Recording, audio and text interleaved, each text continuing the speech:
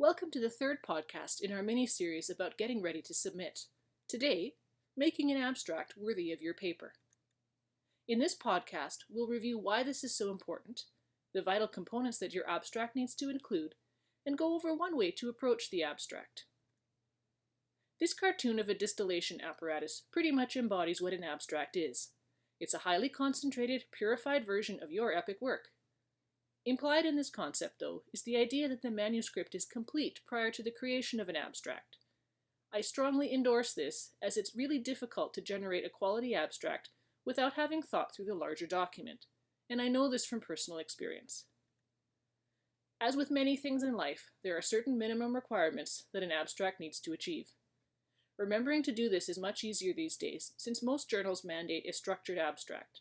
To prove this point, look back at abstracts from 20 or 30 years ago and compare it to today. In any event, your abstract must contain a clear statement of purpose, hypothesis, or primary question. There should be a clearly identified design, sample, and intervention as applicable, an explicitly stated primary outcome with relevant data, and a statement about the implication of this finding. The primary question will drive the primary data presented. The clear statement of design, intervention, and sample allows a reader to note whether this work is applicable to their situation. These requirements will hold true for any abstract that you create for the research program locally, and almost all journals will have headings that encompass these. Your abstract is often the only part of your work that exists openly in the public domain. It carries the mandate of providing enough of a sense of your work that a potential reader can decide whether to go to the trouble of accessing your work. This doesn't seem like a big deal while you're still able to access a whole university of e-journals. But once you go out into the big world, you'll either have to requisition the paper electronically, pay for it, or skip it altogether. Such a conceptually simple concept is actually hard to execute well, and there is ample evidence to support the fact that abstract writing is very much an art. Why is it so hard? Some folks struggle with written communications naturally, and the abstract is an unforgiving medium. Some are trying to do this before the work is complete and forget to go back to it later. Some projects are complex, and some have way too much data to manage in an abstract.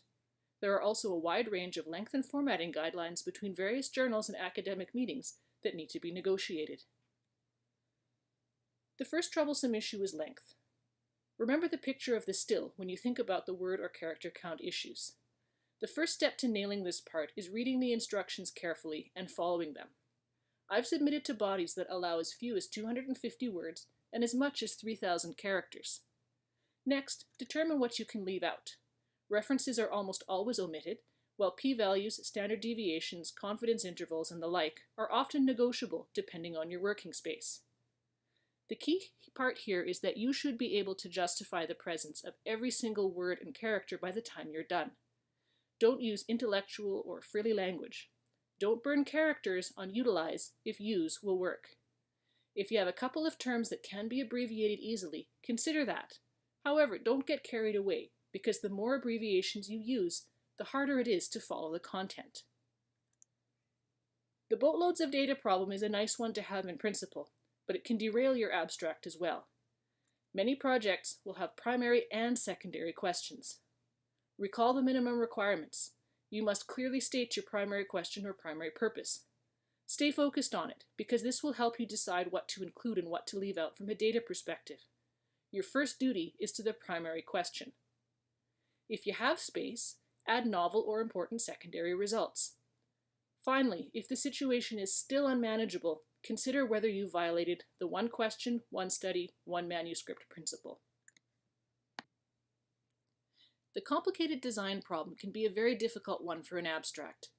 The only generic advice I can think of here is to consider and focus on the primary question and leave the nuances for the paper.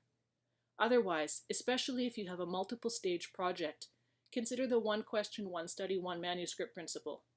You may simply be trying to cram too much into one manuscript and the abstract can't hold it.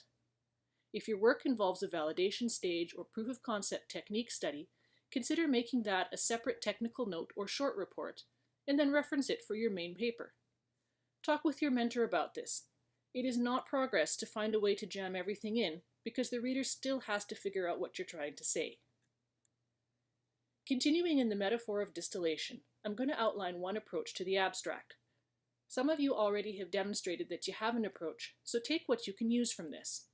At each step moving forward here, you are reaching towards a more concentrated and focused product.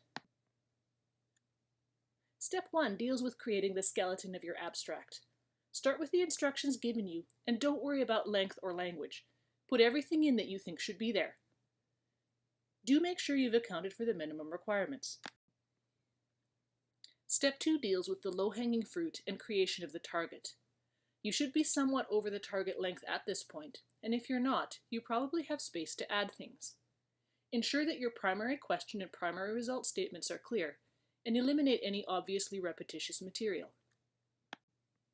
Step 3 and 4 are linked here, and this is the part where you really boil the thing down. Eliminate wordy phrases, unnecessary details such as references or p-values.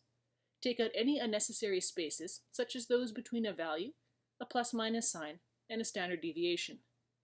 Wordsmithing is critical at this stage, and do seek help if this is not a strong point for you. Experienced writers and people with robust English vocabulary typically find this process easier. Step 4 is where the deepest cuts happen. If you're fortunate to have a reasonably refined abstract that fits within the guidelines by this point, ship it off to your preceptor for their feedback. If not, you need to keep going. This is where you really examine your content based on your primary question. Strip the introductory information back as much as possible. Eliminate data not related to the primary question, and cut future directions. Statements like, "Further research is required," should be early casualties of this process, since they convey no useful information. At this point, you could also consider use of abbreviations, but on a very limited basis. So we're back to the overview diagram. Inasmuch as this has been presented as a linear process, it's actually mostly cyclical. This is also not intended to be a process that completes in a single sitting. My suspicion is that this is underestimated by many trainee researchers who simply run out of time in the end. As a result, many of the abstracts that I review from residents are still really at step 2. When I'm submitting an abstract, I typically allocate 2 to 3 weeks of cooking time, and I'll come back to it repeatedly. I'm finished when I'm within the length requirement, and the only changes that I'm making are purely cosmetic. The other thing to remember is that just because you're under the maximum length, it does not mean that your work is done. Sometimes too much room is a bad thing, and it may lead you to submit a less polished work. Writing an abstract is probably the most important part of creating your manuscript, and it's worth spending time to make it a good one. Not only is it usually the only part of the paper that gets read by most people, it may be a key decision-making tool for inclusion in synthetic works such as a systematic review or meta-analysis. If attached to a funding application, it may be what hooks a reviewer into taking your application seriously. In the next podcast, we'll talk about the second most poorly done section of a manuscript, the discussion.